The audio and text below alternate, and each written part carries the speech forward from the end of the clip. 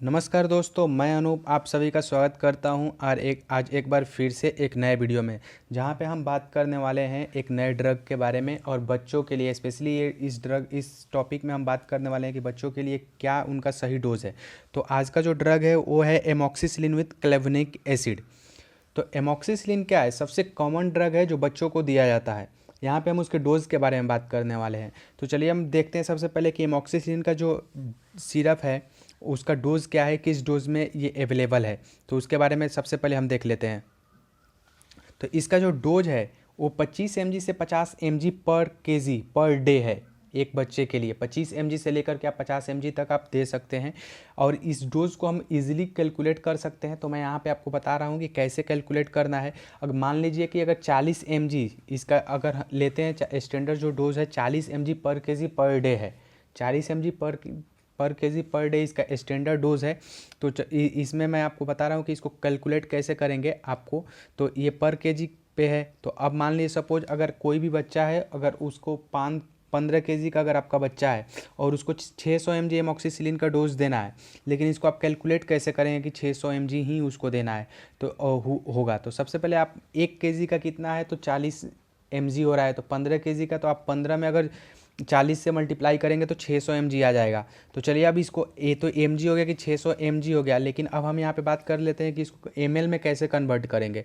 तो एमॉक्सिसिलिन को कन्वर्ट करेंगे कैसे, ये मैं आपको बता दे रहा हूँ। एमॉक्सिसिलिन सबसे पहले जो है वो दो तरह से आता है। एक 5 ml कंटेन करता है, 200 एमॉक्सिसिलिन अगर है तो उसमें 5 ml कंटेन करेगा, और एक 400 है जिसमें 5 ml कंटेन करेगा।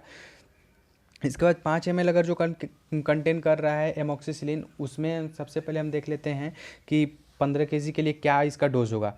तो 1 केजी का जो है वो 40 mg अगर इसका है एमॉक्सिसिलिन का डोज, तो 15 केजी का 600 mg आपने निकाल लिया यहाँ पे। तो अब 600 mg को चलिए कन्वर्ट कर लेते हैं, कैसे ये कन्वर्ट होगा। तो ये जो सिरप होगा, तो इसके लिए कन्वर्ट करने के लिए आपको यहाँ पे मैंने जैसे आपको बताया, आप डिस्प्ले पे देख पा रहे हैं कि 200 mg एमॉक्सिसिलिन कंटेन कर रहा है 5 ml, ठीक है ना। तो ऐसे 1 mg एमॉक्सिसिलिन कंटेन करेगा कितना, तो 5/200 ml कर देंगे। तो अब 600 के लिए क्या करना पड़ेगा हमें, तो 600 के लिए 5/200 मल्टीप्लाई बाई 600 ml कर दिए। तो ये अपना निकल करके जो आएगा वो 15 ml।